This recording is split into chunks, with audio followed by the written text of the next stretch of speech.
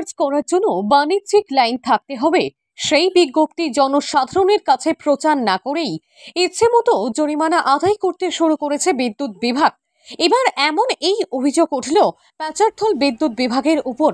গোটা বিষয়টি নিয়ে গতকাল সংবাদ মাধ্যমের ক্যামেরার সামনে প্যাচারথল এলাকার বৈদ্যুতিক অটো চালকরা প্যাচারথল বিদ্যুৎ বিভাগের বিরুদ্ধে ক্ষোভ প্রকাশ করেন এবং আগামী দিনে বড় ধরনের আন্দোলন শুরু করতে যাচ্ছেন বলে জানান। কি বলছেন ক্ষুব্ধ বৈদ্যুতিক অটো চালকরা, শুনুন বিস্তারিত।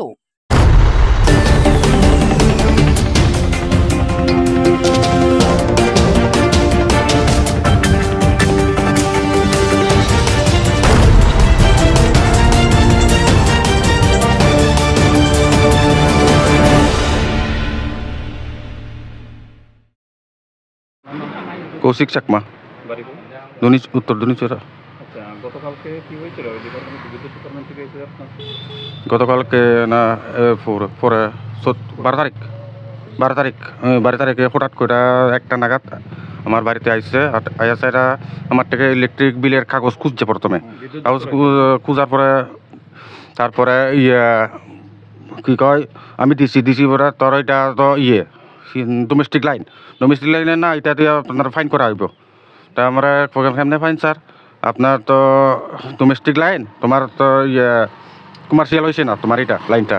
তো তারপরে আমার কেমনে তাহলে কিটা করেন স্যার, আমি তো কোনো খুব ইউজ করি না। তা আমার বাড়িটা ঘুরলো, দেখলো যে বাড়িটা সব দেখেছে এরা, না স্যার ক্লিয়ার আছে, তার কোনো হুক নাই।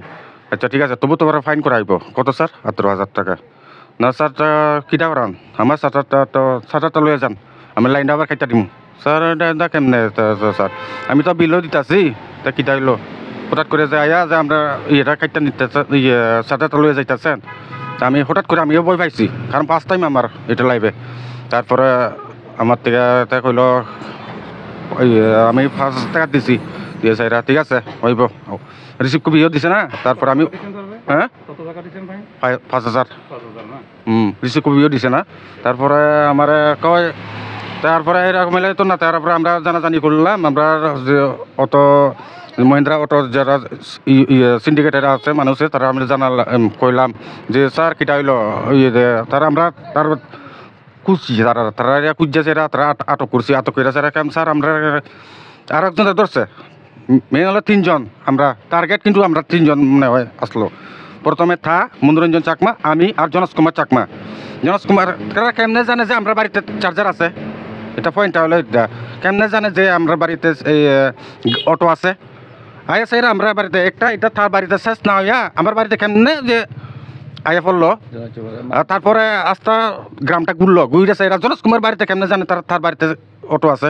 তার অন্য সাইডে যারা গাড়ি আছে, অটো টুকটুক যা কিছু আছে, তার বাড়িতে গেল না, খালি আমরা বাড়িতে 3 জনের বাড়িতে নি খালি চিনে। না কোনো নোটিশ জারি করা হয়নি বা এনাউন্সমেন্টও করা হয় না।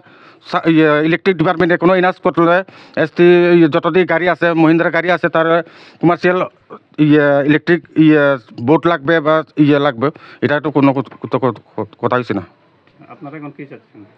আমি তো চাই সুস্থ বিচারক, প্রশাসন লগে আসলো, প্রশাসন কি আর উইদাউট তারা আমার কোনো পারমিশন ছাড়া, ডিএম পারমিশন ছাড়া তারা কেমনে আমার বাড়িতে ঢুকলো?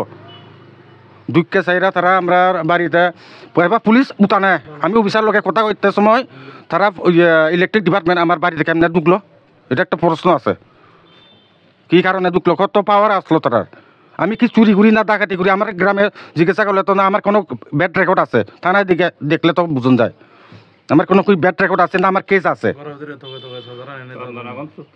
আমার বাড়িতে গিয়া যে চার্জার খুঁজে বার করে তারা তো কোন অধিকারে জনস কুমার চাকমা তার বাড়িতে গিয়েছে, তার কিন্তু কয়েকদিন আগে 1 মাস আগে তার স্ট্রোক করছে, মিনি স্ট্রোক করছে। তারপরে তার মাপ করাইলো।